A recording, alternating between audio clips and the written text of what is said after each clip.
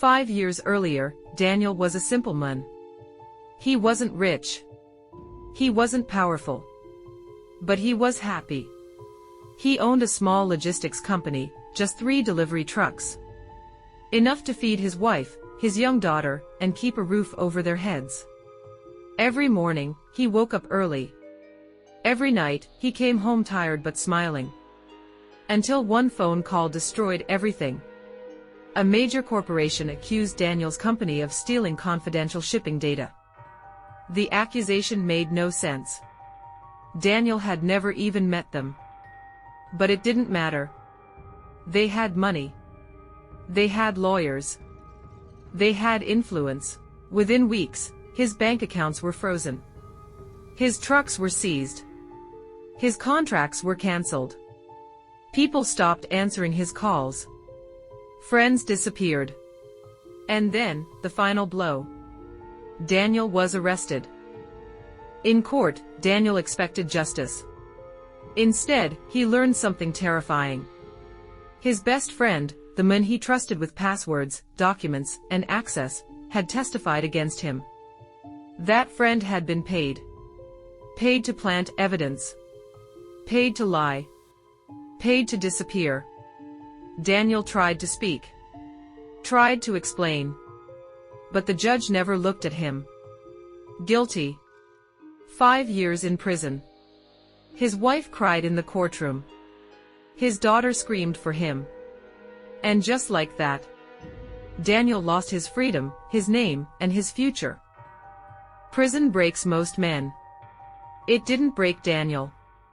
It changed him. At first, he was angry.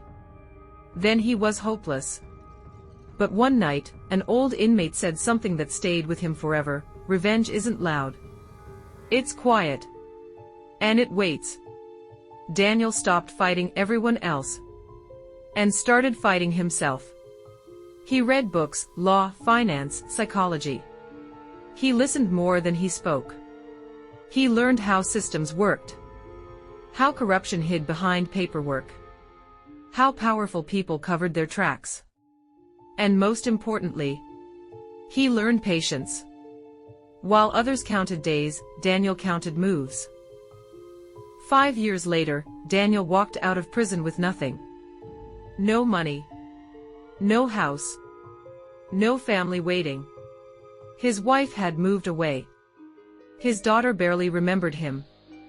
But Daniel wasn't angry anymore. He was focused. The world believed he was finished. That was their mistake.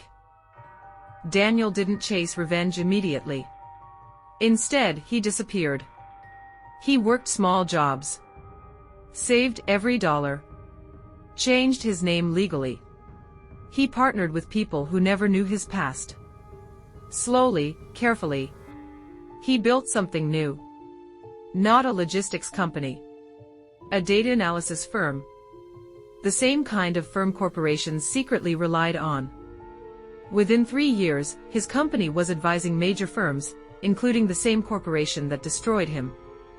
They never recognized him. Why would they? They only remembered numbers, not faces. Daniel didn't attack them directly. He waited. He studied their finances. Their contracts.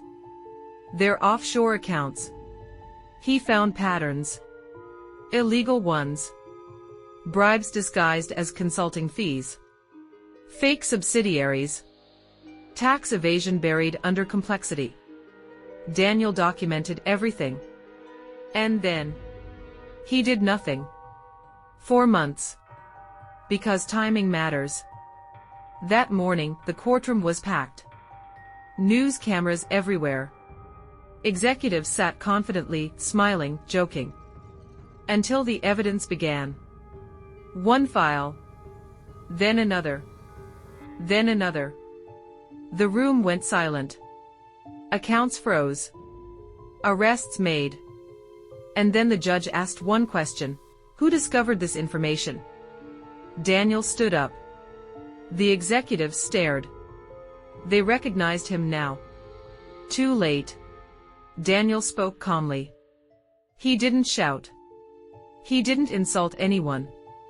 He simply said, 5 years ago, you took my company, my reputation, my family. Today, I'm not here for revenge. I'm here for accountability. His former best friend was arrested that same day.